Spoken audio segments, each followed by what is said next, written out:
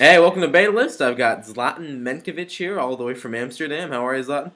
Hey, good. How are you? Not too bad. So, you're the CEO and founder of PeerReach, right? Yeah, yeah, So, tell me a little about PeerReach, what your sort of background is with that, how everything got started. yeah. Basically, PeerReach is trying to make sense out of the social web. Okay. There's like millions and millions of messages and content produced by people every day, and we basically started out sorting it out. So the first thing you have to do is actually sort out who the people are behind the messages. So we build an index of over 100 million people at this moment, Wow. and we've analyzed their authorities on subjects, their network, etc. So we can take a better look at their messages and the content they're producing. Very cool. And right now we're working on the next iteration of that, where we actually are looking into the content and making a next product out of that. Very, very nice. So, tell me a little about yourself. Where's your background in all this? How did you get started in PeerReach and in sort of in tech and what's the backstory? Okay, actually, I started out very young on coding websites, building all kind of experiments, etc. Hmm. And I think my first or second year in university, I started working on a social network in the Netherlands with two friends, That's cool. which was quite successful for a short time before the bigger social networks and Yeah. eventually Facebook took everything over. Yeah, kind of screwed the pooch there. Yeah, indeed, indeed. But it was quite a cool experience. At one point, we had over 600,000 members and Wow. 80,000 daily unique visitors. Which was quite a lot in, I believe, Yeah, 2005 in the that's a Netherlands. crap ton. Yeah. So So after that, with the same two guys, we thought, let's do something completely different, and we started doing consumer electronics. okay. So we went into the hardware business. We made one product, a very good-looking computer mouse, Very nice. because we thought a lot of the businesses at that time with Logitech, etc., were producing really ugly hardware, They still and there was do. actually So just sorry, they still do. So yeah, they still do, and there was actually just one company, Apple, that yeah. were doing something in a way that was good looking, and they only did on their own platform. So we were Yep. thinking, let's start making hardware that looks good, but doesn't run only on Mac, but runs on every system available. Fair enough. But to be honest, getting a company started in hardware is really hard. So eventually that failed. Kickstarter wasn't around. So, Kickstarter wasn't around, okay. so the stuff like 3D printing and rapid Yeah. prototyping were still in the early stages. So you still needed a lot of money to do Do all that. research on that. Very cool. But yeah, eventually I met my co-founder Nico, and we were both working on the same kind of problem where we started looking at social networks, analyzing the data. He was already doing some analysis on Twitter, doing trending topics in different Hmm. kind of countries, etc. And that's where we started, and yeah, we're now what I was just telling in the beginning. Very cool. And in terms of getting Pure Reach started and things like that, what would you say were like your biggest challenges in the beginning to get it off the ground? Maybe to get more co-founders, more developers on board, or I you know. think our biggest challenge in the beginning was getting the infrastructure scalable. Okay. So when you're analyzing uh, like millions of people's, we were looking, for instance, at the relationships. So there's like billions and billions of relationships in between those people and those messages, and you need to have a system that can scale along with it while you do all the analytics. So that must have been the biggest problem in the beginning. Very cool. And in terms of how you guys plan to progress, I know right now the service is sort of free. You're just sort of getting your legs and moving into the realm of launching more products and things like that. How do you guys plan to sort of grow and expand and what are your sort of methodologies behind like product placement in the market and also pricing and things like that? Okay, yeah. Currently, we have an API available, which is free for I think I believe 100 calls an hour. Okay. but that is nearly enough for doing real Yeah. analytics, which is it is cool for doing some testing and looking at building some products for a small market. But we have some, especially social media monitoring companies, that are using our data in a on a much larger scale, Okay. and they're actually on a paid API where they can do up to hundreds of thousands requests a day. Wow. Okay. So that's actually our already business model we have in place, and it's mostly focused on B2B, Okay.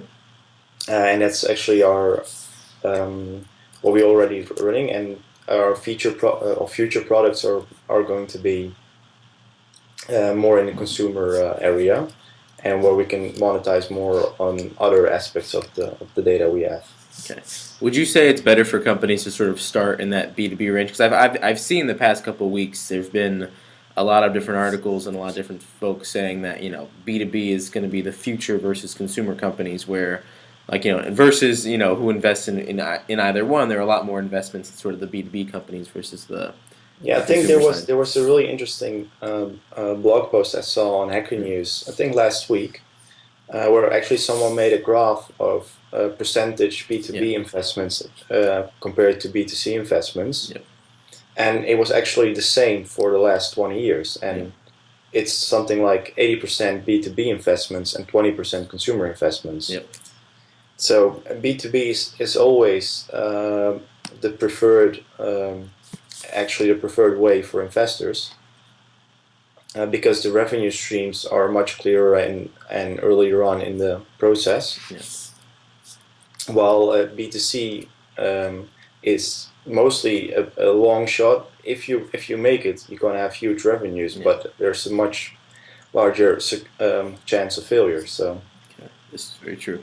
So you guys are going to go sort of more on the data side versus having a front-facing consumer product and then sort of having the API and the other sort of data products as your main source of yeah. revenue. So basically, the core of our company is the data and the data analysis we do.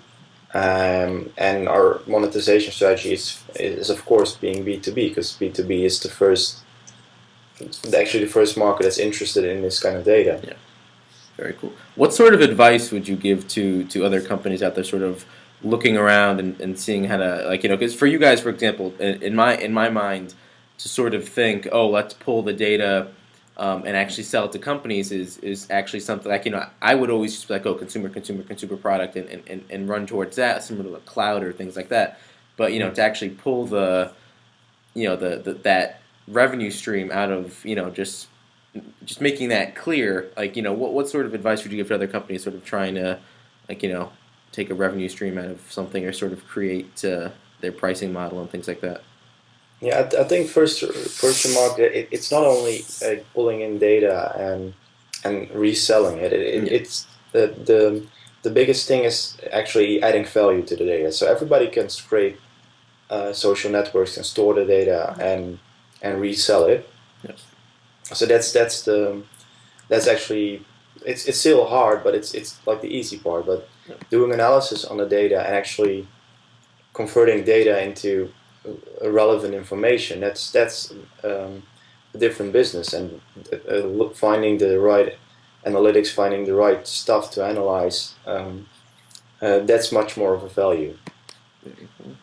And what would you say because I know you guys in Amsterdam, how would you compare sort of San Francisco and Amsterdam versus technology tech scene? Would you rather be in San Francisco to in terms of growth, or would you say Amsterdam? Does location really matter in where your company is? Of course it does, but there's like a lot of advantages of being in Amsterdam. For instance, hiring. Like if you're based in San Francisco and you're a startup, you have to compete with companies like Airbnb, Dropbox, Yeah. on when you're hiring, and the competition in Amsterdam or even in Europe is a lot less than in San Francisco. Very cool. But on the other hand, when you're raising funds, it's always easier when you're in San Francisco, where there's much more funds available than in Europe. It's very interesting sort of dynamic there. And in terms of like where you guys plan to go for the future, you're going to launch in some consumer products. Do you have any worries or any predictions or any sort of thoughts on where you guys are going to go and how everything's going to pan out? Yeah, no, look, what we believe in is we started out with a mission that was actually making sense out of the social web, and we see a lot of interesting um, information on in these analytics. And of course, what I said before, the B2B is like the first market that sees value in this information. But we also see there's a lot of information that's interesting for consumers within. For instance, stuff people are talking about, stuff that's happening during, for instance, the NBA finals last week, stuff that's going on with Snowden and the NSA right now. Yeah. And actually, there's a lot of interesting information also for consumers, and we're trying to see how we can bring that information to the consumers, and that's our like end goal, where we can actually be like the place to go if you want to see what people are talking about right now. It's like the super trending topics of the web.